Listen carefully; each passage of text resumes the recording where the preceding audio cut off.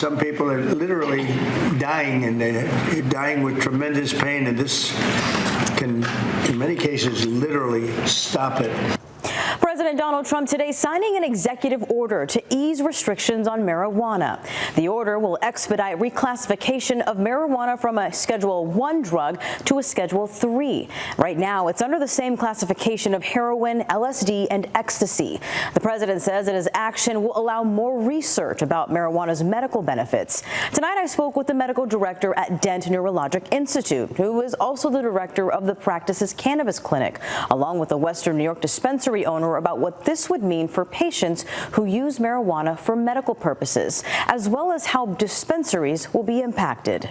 It's tremendous. On Thursday, President Donald Trump signed an executive order that paves the way for the reclassification of marijuana as a Schedule III drug, allowing for medical use. For practices like Dent Neurologic Institute, which has one of the largest cannabis clinics in Western New York, it's a sigh of relief for patients and neurologists. The last 5-6 years, we've been trying to do research in the use of cannabis in neurological diseases such as migraines, neuropathy, pain, sleep disturbance.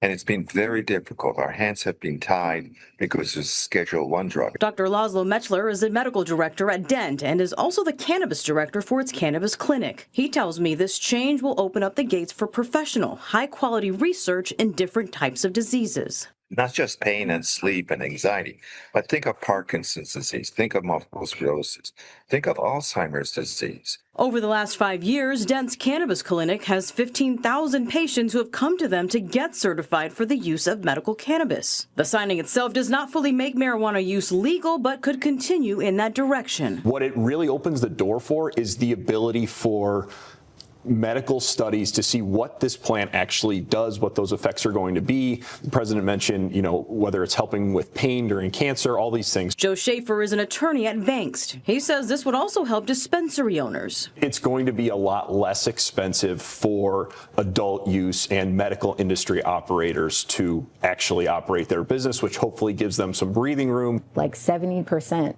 we have to pay, and not being able to deduct normal expenses. So that in itself is a huge weight lifted off of our shoulders. 716 Cannabis Company CEO Ashley Brown and her husband tell me that this potential reclassification would also allow for collaborations in many different industries. Health and wellness and, different apparel, like you name it. It's so many things that now you could potentially be able to do.